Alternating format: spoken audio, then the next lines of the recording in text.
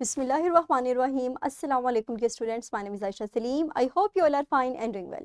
Today we are going to revise the previous concepts that we learned in the previous chapters. हम उन तमाम concepts को revise करेंगे जो हम previous lectures के अंदर सीख चुके हैं कुछ activities की मदद से और एक mind map की मदद से। तो अपने lecture को हम start करते हैं। First activity हमारे पास यहाँ पे दी गई है that comprises of 2 questions. आपको अपनी screen के ऊपर ये दोनों questions नजर आ रहे होंगे, तो जल्दी से अपनी वीडियो को कुछ देर के लिए पॉज कीजिए और इस वर्कशीट को सॉल्व करें। Very good.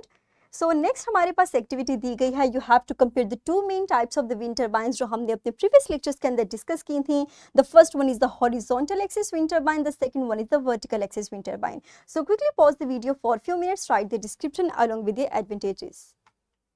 Very good. So dear students, next है हमारे पास लेवल the key parts of this solar oven. यहाँ पे कुछ डिस्क्रिप्शंस दी गई हैं, इनको रीड आउट कीजिए, इस वर्ड बैंक का इस्तेमाल कर सकते हैं और दी गई स्पेसेस के अंदर फिल कीजिए। Very good. सो लास्ट है हमारे पास circuit diagram of the UPS. यहाँ पे आपको एक इनकम्प्लीट सर्किट डायग्राम दी गई है, कुछ स्पेसेस हमारे पास ब्लैंक छोड़ी गई हैं, तो आप जल्दी से सर्किट डायग्राम को ऑब्जर्व कीजिए और यहाँ पे दी गई खाली स्पेसेस को फिल कीजिए। Very good.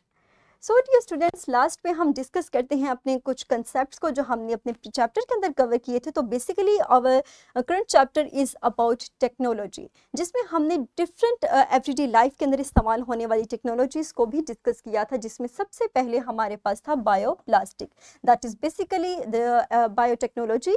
और इसमें हमने देखा था कि हम किस तरह से नेचुरल मटीरियल्स को इस्तेमाल करते हुए डिकम्पोजेबल प्लास्टिक बना सकते हैं और इसकी मदद से हम इन्वायरमेंट में फैलने वाली प्लास्टिक की वजह से फैलने वाली पोल्यूशन को रिड्यूस कर सकते हैं। और हमने एक स्किल को भी अचीव किया था जिसमें हमने डिफरेंट इंग्रेडिएंट्स का इस्तेमाल करते हुए एक होममेड बायोप्लास्टिक बनाया था। फर्दर हमारे पास था इंडस्ट्रियल में मेकिंग ऑफ टूथपेस्ट, और हमने डिस्कस किया था कि ये एक ऐसी सब्सटेंस है that is basically alkaline in nature and it is used to reduce the acidity in the teeth that is released as a result of the breakdown of the food. Further, it also ensures the dental hygiene and it can और ये dental hygiene या oral hygiene को maintain करने में बहुत अहम role play करती है।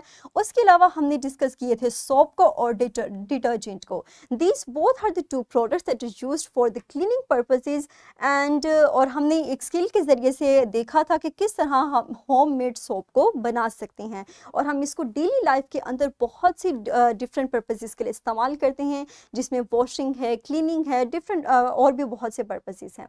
फर्दर हमने डिस्कस किए थे हमारे पास पावर जनरेशन एंड कंजर्वेशन, किस तरह से हम पावर को जनरेट कर सकते हैं, और हमने इसमें अपनी 2 चीज़ों को डिस्कस किया था। जो फर्स्ट वन था वो था सोलर ओवन, जिसमें हमने सोलर एनर्जी को इस्तेमाल किया था हीट एनर्जी में कन्वर्ट करने के लिए, जिसको फर्दर हमने इस्तेमाल किया था फूड को कुक करने के लिए। And it basically utilises the simple principles of conduction, reflection, absorption and concentration. हमने देखा कि किस तरह से हम सोलर एनर्जी को ट्रैप या कंसंट्रेट करके उसको अपने सोलर ओवन की कंपार्टमेंट तक पहुंचाते हैं, और किस तरह से हम उसकी मेकिंग इस तरह हमने की कि हम इन प्रिंसिपल्स को इस्तेमाल करते हुए किसी भी खाने को ईजिली कुक करवा सकते हैं।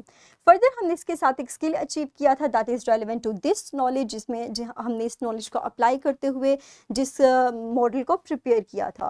फर्दर हमने डिस्कस किया था विंड मिल को, जिसके बारे में हमने पढ़ा कि हम विंड एनर्जी को यूटिलाइज करते हुए उसे कन्वर्ट करते हैं इलेक्ट्रिकल एनर्जी के अंदर, और ये हमारे पास एक बहुत ही चीप और एक बहुत बेहतर रिन्यूएबल एनर्जी सोर्स है जो कि हम इस्तेमाल करते हैं एनर्जी प्रोडक्शन के लिए। फर्दर हमने डिस्कस किया था यूपीएस को, जिसको हमने कहा था कि that is basically an electrical device which is used as an alternative when the main power supply fails.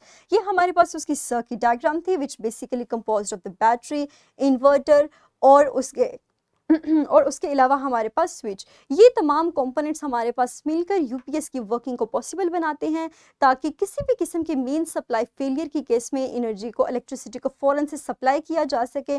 Further हमने इसकी 2 टाइप्स को डिस्कस किया था, जो कि ऑनलाइन यूपीएस था और ऑफलाइन यूपीएस था, और हमने देखा था कि किस तरह से हम कंटिन्यूसली या फिर एक स्टैंड बाई यूपीएस के तौर पर उन दोनों को इस्तेमाल कर सकते हैं। तो डियर स्टूडेंट्स, ये कुछ कंसेप्ट थे जिनको हमने अपने इस चैप्टर के अंदर कवर किया था, और हमने हर लेक्चर के साथ रेलेवेंट स्किल को अचीव किया था। मुझे उम्मीद है कि इस लेक्चर की मदद से आप अपने पिछले कंसेप्ट को रिवाइज कर पाए होंगे। तो that's all about today's lesson, और इंशाल्लाह अपने अगले लेक्चर के अंदर हम अपने नेक्स्ट चैप्टर को स्टार्ट करेंगे। That is the last chapter of our book the end chapter number 12 which is about our universe. So dear students, इंशाल्लाह अपने अगले आने वाले लेक्चर के अंदर हम इस चैप्टर को स्टार्ट करेंगे। तो तब तक अपना ख्याल रखिएगा। Thank you very much and अल्लाह हाफिज़।